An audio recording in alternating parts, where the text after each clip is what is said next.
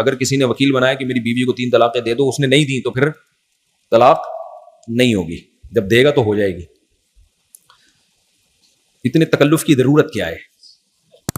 3 طلاقیں دینا ویسے بھی ناجائز ہے, خوب سمجھ لو, 1 طلاق سے زیادہ نہیں دے سکتے. اچھا, بعض اہل حدیثوں نے میرے بارے میں یہ چلایا کہ میں اجماع کے دعوے بیٹھے بیٹھے کرتا رہتا ہوں, بڑے بڑے دعوے. میں نے کہا نا 3 طلاق پر اجماع ہے, تو کیا ایسے ہی بناتے رہتے ہیں. بڑے معتدل عالم بھی, انہوں نے بھی میرے خلاف کے لیے بنایا, تو میں ایسے بیٹھے بیٹھے پھینکتا نہیں ہوں. خوب سمجھ لو, اجماع سے مراد ہوتا ہے سب سے پہلے صحابہ تابعین کا اجماع, بات کا اختلاف معتبر نہیں ہے.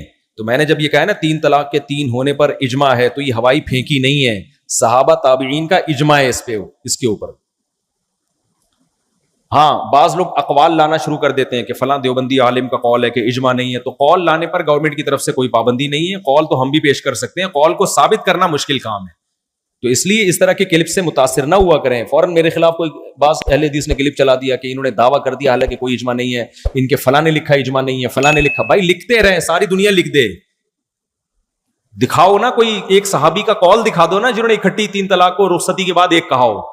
یہ کتنا بڑا چیلنج ہے. آپ جو لمبے لمبے کلپ بنا رہے ہوتے ہیں نا, اس میں خود ہی اس کی علامت ہوتی ہے, دلیل نہیں ہے. دلیل ہوتی تو ایک حدیث پیش کر دیتے, کسی صحابی سے دکھا دیتے. تو اس لیے آج میں اہل حدیث سے کہتا ہوں, کسی ایک صحابی سے کوئی ضعیف حدیث دکھا دو, صحیح بھی نہیں, جس نے رخصتی کے بعد اکٹھی 3 طلاقوں کو ایک کہا. تو اب اس کے بعد گل مک گئی. اب کسی نے میرے خلاف کلپ ریکارڈ کروانا ہے, اس بات کا جواب دے.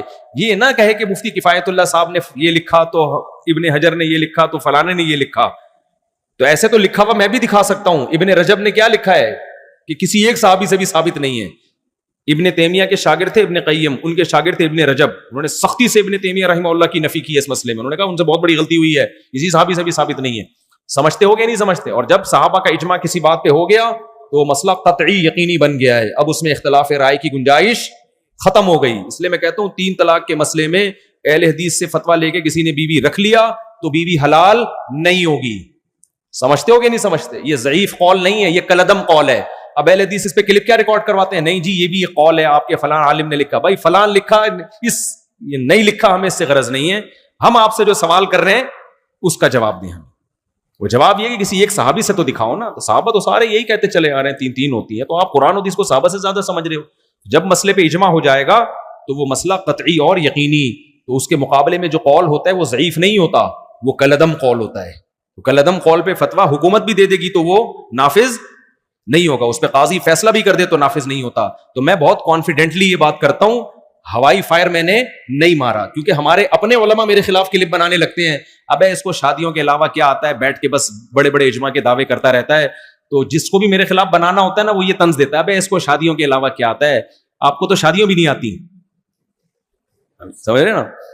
تو آپ کچھ اور تانا دے دو, آپ سیدھا سیدھا وہ کلپ کا جواب دو علمی لحاظ سے. یہ تانے کیوں دے؟ یہ جب طنز اور تانوں پہ کوئی شخص آتا ہے, اس کا مطلب وہ علمیت سے کیا ہے, خالی ہے. کبھی آپ خوشبو لگا کے آؤ. ہم نہیں کہتے ہم بہت بڑے فنٹر ہیں, لیکن اتنے خالی نہیں ہے جتنا آپ ہمیں سمجھتے ہو. سمجھتے؟ تو ہمارے اپنے علماء بھی بعض مجھے کہتے ہیں 3 طلاق کے مسئلے میں بہت غلو کرنے لگا ہے اور یوں کرنے لگا ہے. بھائی ہم ہوائی بات نہیں کی ہے, پوری اسٹڈی کے بعد, مطالعے کے بعد کانفیڈنٹلی ایک بات کی ہم نے. جیسے وہ ایک موٹا آدمی کہیں جا رہا تھا, دبلے آدمی کو اس نے دھکا دے کے گرا دیا. اب دبلے کو لگا کہ میں انتقام نہیں لیتا تو میری بےزتی ہے, لیتا ہوں تو ایک دھکا اور دے گا یہ. تو اس نے کہا کہ آپ نے سیریسلی یہ کام کیا, یہ مذاق کیا ہے. اس کا خیال تھا بولے گا مذاق کیا, تم بولیں گے چلو کوئی بات نہیں. تو اس موٹے نے کہا میں نے سیریسلی یہ کام کیا ہے. تو کہتا ہے اچھا ہو گیا, ورنہ میں ایسے مذاق برداشت نہیں کرتا. یہ کہہ کے نکل گیا.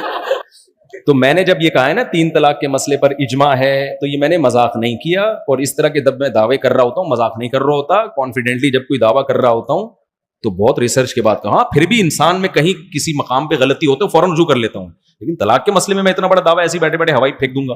مجھے پتہ نہیں کتنے لوگ اس میں 3 طلاقوں کو ایک کہتے ہیں, وہ میرے خلاف ہو جائیں گے. تو جب اہل حدیث لوگ اس کا جواب دیا کریں نا, تو ان سے کیا ٹو دا پوائنٹ بات جو مفتی صاحب نے کی ہے اس کا جواب دو, کسی صحابی سے دکھاؤ. اور اگر کوئی دکھائے گا تو مجھ سے اس کا جواب پوچھیں. دکھانے میں گڑبڑ ہوتی ہے, صحابی نے یہ نہیں کہا ہوتا, کہا کچھ اور ہوتا ہے, اس کا مطلب کشید کے کچھ اور نکالا جا رہا ہوتا ہے. تو 3 طلاق کے مسئلے میں کانفیڈنٹلی میں یہ بات کہہ رہا ہوں کہ اگر کسی نے 3 طلاق کو ایک ہونے کا فتویٰ دے دیا, اس سے بیوی حلال بولو نہیں ہوگی, کیونکہ اجماعی قطعی یقینی مسئلہ ہے یہ, اس میں کوئی اختلاف کی گنجائش نہیں ہے.